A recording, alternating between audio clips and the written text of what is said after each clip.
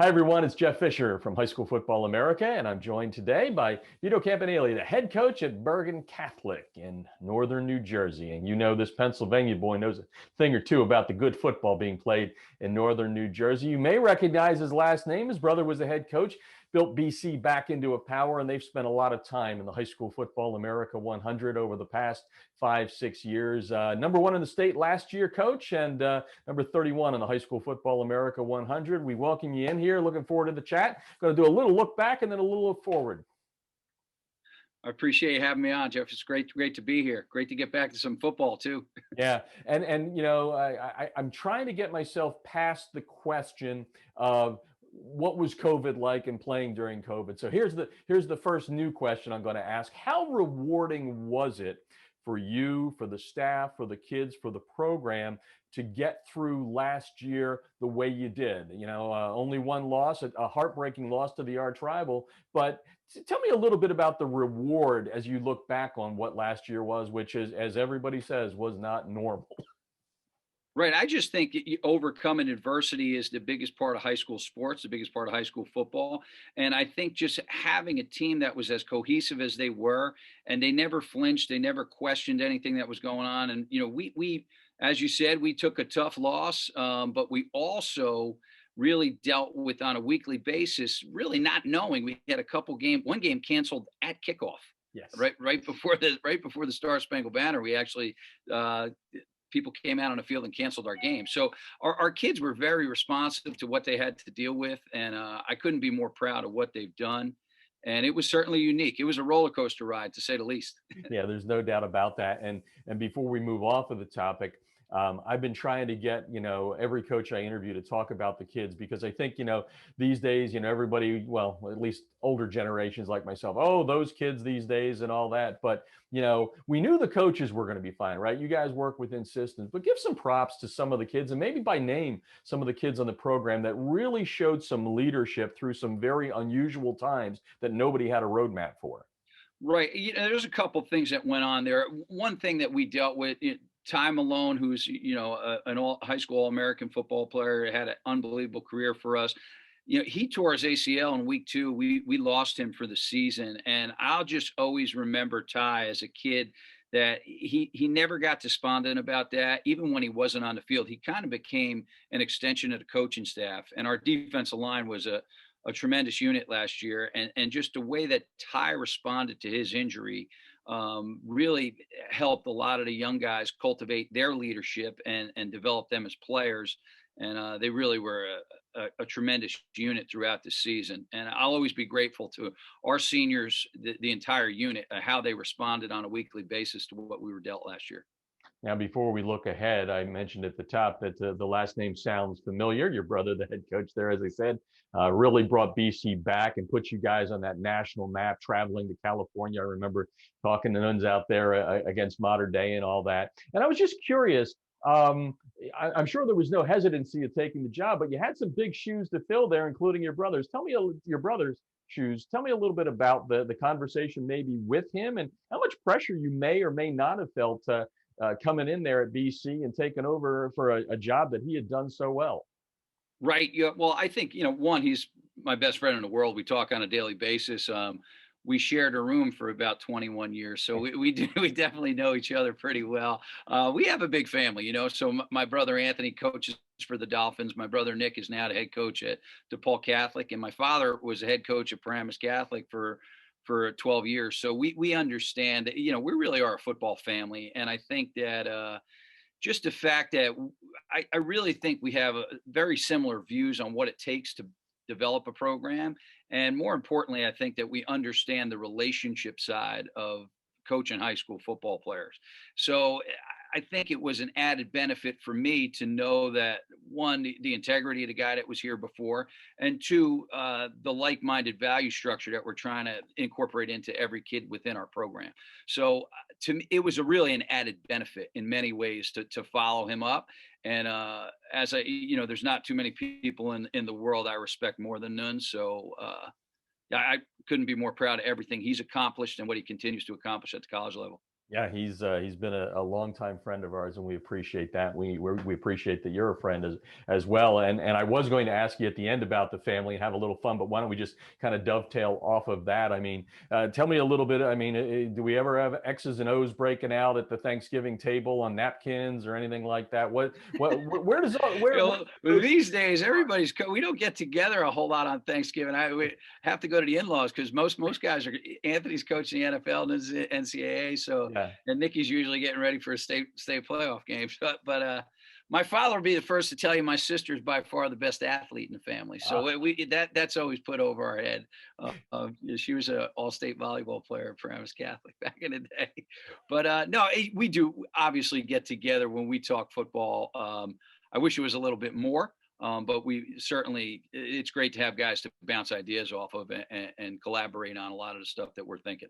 Yeah, no, it's neat. I mean, I think you're learning as you kind of read on our website and all that. I mean, it's the coaching profession to me is the most important thing in this country, I believe. All the things you guys do, not for a lot of money, helping kids. Sometimes you're a second father, a first father, a therapist, all those things. So we appreciate what you guys do. Let's have some fun now and look forward to what should be normal, right? You've got a full schedule together. You don't at this point we don't have to tweak it up a little bit, but let's just kind of talk in generalities about this team and what you do kind of during the off season to make sure you hit the marks. Because I think the last time I looked at some of the recruiting sites, you've got 3 to 4 of the top players in the top 5, I think, in New Jersey and all that. But let's talk about now weight room, some of the things you do to get this team ready for 2021. Yeah, it's not normal yet, Jeff. I mean, we're basically working out at a facility off campus. We're only allowed to have 8 to 10 people in our weight room at the school, so we are working out off campus. We've dealt with a little bit of COVID in the off season. We do get the guys together, but really they're working out more in units, and it's working out for us. I think that we've really made some significant gains in the off season, and we really do have some self-driven, motivated kids within our program, and they understand that to stay where we are and to continue to be the number one program in New Jersey, that's not an easy task. I feel like our league is as good as any league you're going to find from top to bottom, and there's really not an off week, especially with the out-of-state games that we've scheduled moving ahead here into 21. Yeah, let's talk a little bit about that. As I would always say when your brother was on here, or anybody from northern New Jersey, right? It's a gauntlet. You don't have to do it once; you got to do it twice to win a championship. There's a couple of championships in there, but tell me a little bit about what you have stacked up in front of you if everything goes back to normal. I know you've got a couple of out-of-state games you're excited Right. about. Tell us about how you put that together, because I did see a tweet earlier. I think it was last week. You're like kind of bragging about what's happened since 2010 when you take on the country. Right. Well, I think it's something that a lot of kids come to Bergen Catholic because they know that they're going to have the opportunity to compete at the highest level.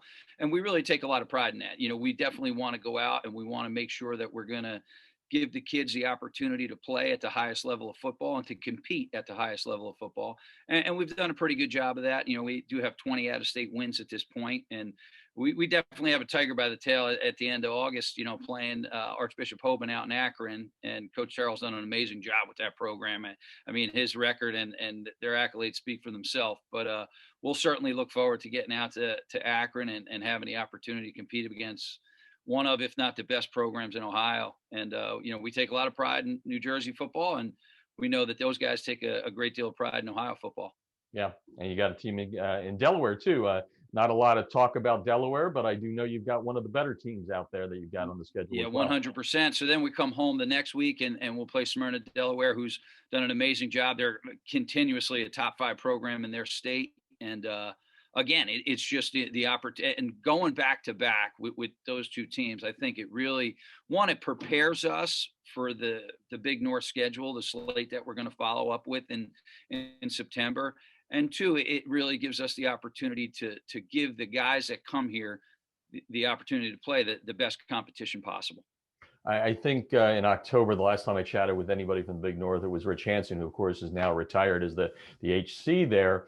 And I always like asking this question. I did it to your brother. I've asked all the HCs in the Big North, which is, how do you approach the gauntlet that is the Big North. I mean, I know you can use coach speak and say it's 1 week at a time, but it's a little bit more than that because you don't have a breather. Right. I don't know how much you know this, Jeff, but it's been, Nuns' last year here, 17, Bergen Catholic made it through the season undefeated in league. But we did lose 2 games out of state that year. Mm-hmm. It's been over a decade since a team in this league has gone 12-0 or undefeated throughout. So the week to week competition is pretty fierce. And even last year, if you go back to hit a nerve with us, but our one loss is really, you got to take the record out of the Bergen Bosco game. You got to take the record out of just about every one of these games. Yes. Because week in and week out, it's always going to happen. I just look back to 18 St. Peter's who beat us when we were ranked 4th in the country. The next week, DePaul Catholic goes down to Jersey City and beats them. So it's there's never really a time that you could take your foot off the pedal, so to speak.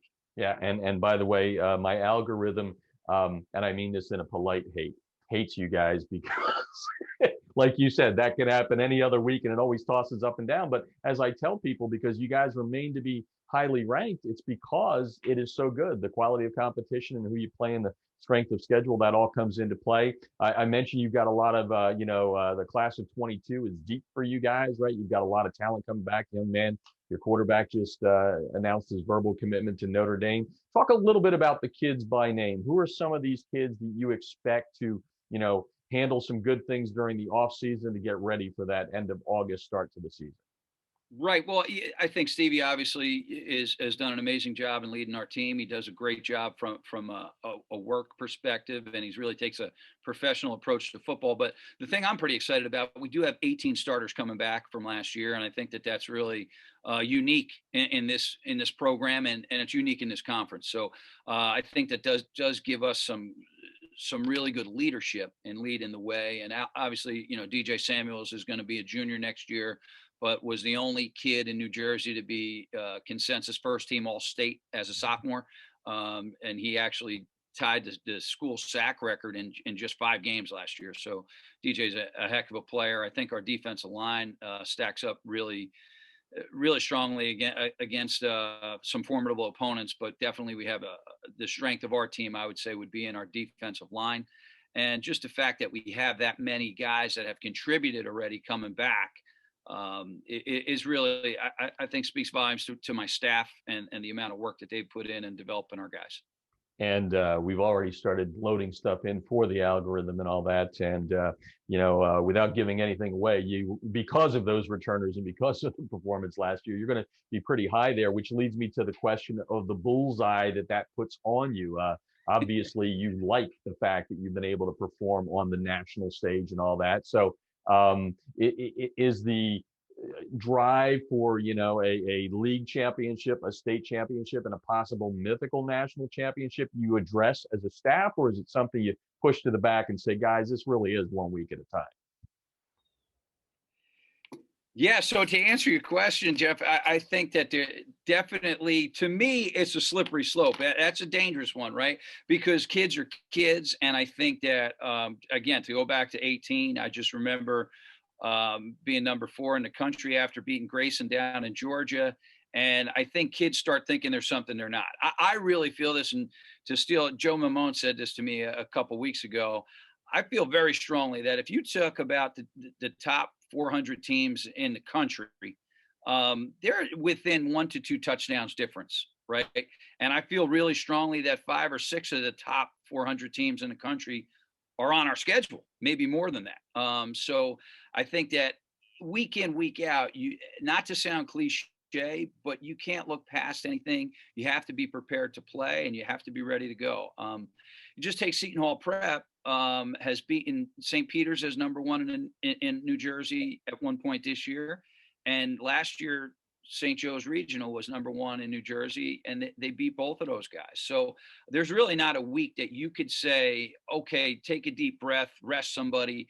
You got to come out and play football every single week. So we use the SEC analogy here a lot. Like, this is the SEC, high school football in New Jersey. And, the national side of it is tremendous, and we take a lot of pride in it. But at the end of the day, we know that if we can take care of New Jersey and win our games here, that's going to speak a lot. It's going to speak volumes, obviously, with you guys, and just understanding that we are a top shelf team in the country. Yeah, no matter if it's an opinion ranking like Max Preps or ours, I mean, it all sorts out that you guys play the toughest. As you go away here, Coach, you said things aren't back to normal yet. You're still kind of a little separated as you get ready and get into your spring, and then obviously in the summer workouts. My question is this: what are some of the boxes you and the staff feel that have to be checked, right? You've got the returners, you've got the experience, but there's some boxes that got to be checked, right? To make sure that you're ready to put yourself in a position to play for, that first championship, which is the most important one, which is in league and then on to state. Right. I just think obviously conditioning is always going to be first and foremost, and understanding that week in, week out, people's roles change. The other side that really that kind of gets passed over a little bit is just the physicality of the schedule. So week in, week out, there's going to be some attrition within your roster. There's going to be guys that get banged up. There's going to be guys that can't go as much as maybe they did the week before. So really developing and cultivating the young guys within the program and having them ready to play is essential to our success, and essential on a weekly basis to understanding that a guy who might have played 12 reps in week 2 may play 52 reps in week 7 or 8. And I think that is paramount for us to get to where we need to go. And then secondly is just having the opportunity, one, to make more big plays, and two, not allow big plays. I think if we could do those things, we'll be in a really good position. And our special teams units have been great over the past 3 years, and we definitely want to stay there.